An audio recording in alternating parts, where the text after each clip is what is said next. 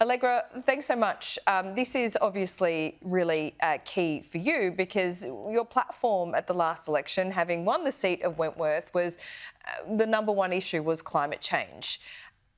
Peter Dutton is essentially pointing out that Labor's not going to meet its own targets for 2030, so we need to be realistic. Do you accept what he is saying? Look, no, I don't. I think Peter Dutton is, frankly, at this stage, worse than Tony Abbott in relation to climate. And Right. why I'm concerned about this? Well, because at least Tony Abbott had the honesty of saying, well, this is going to be the climate targets I'm going to take to the electorate, and this is what we're going to do. Peter Dutton won't commit to that. And in terms of what Dutton has said, he said, the government's not going to hit 43%, so therefore, we should abandon it.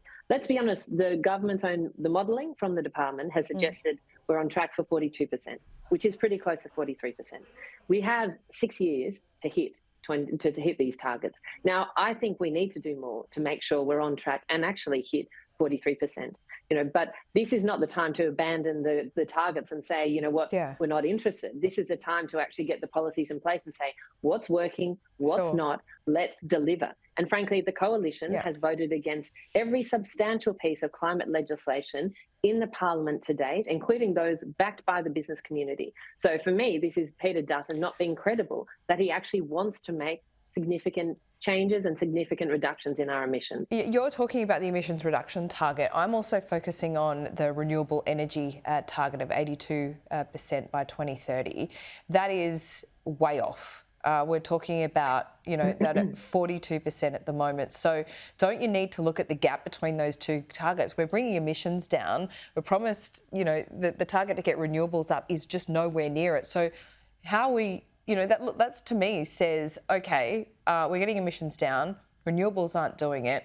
And aren't we kind of pulling the wool over the Australian people's eyes by saying, well, we've got these targets, but actually renewables aren't going to do it. So it's going to have to be base load. Isn't there just kind of an honesty degree in all of this? Look, I think the target that really matters is actually how much carbon is going into the atmosphere. Well, not really, Allegra, because I mean, if the renewables aren't where they need to be in 2030, I mean, doesn't that tell us that something else is going to have to fill that gap, and it's going to be really expensive? No, I think the target that matters is, I think, the 2030 target of total emissions, and the renewables feeds into that. And so, I agree, we're not building renewables as fast as we need to. And so the job is to build them faster so that we can put renewables into the system, because we know, frankly, that the cheapest form of new energy, when the coal plants and everything close down in the next 10 years, many of them are at the end of life.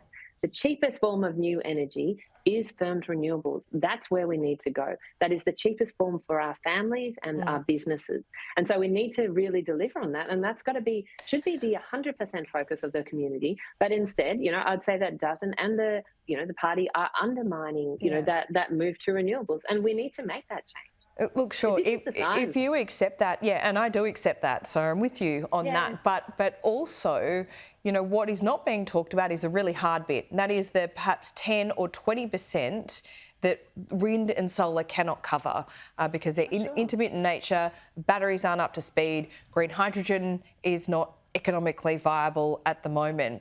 So when are we going to talk about that 10 to 20%? Because that's the glue.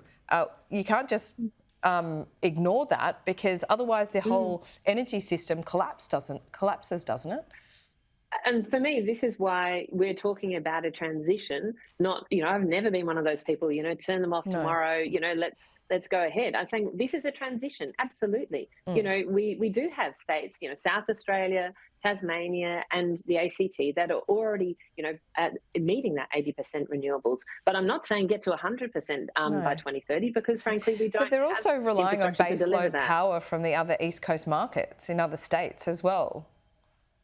Look, there's a combination piece. We have to make this work together. It is a transition. It's not easy. It's not simple. And frankly, it'd been great if we had started 15 years ago, but we haven't. But we are making progress. And in sense of, in terms of the renewables, we're now just under 40% renewables across the East Coast grid.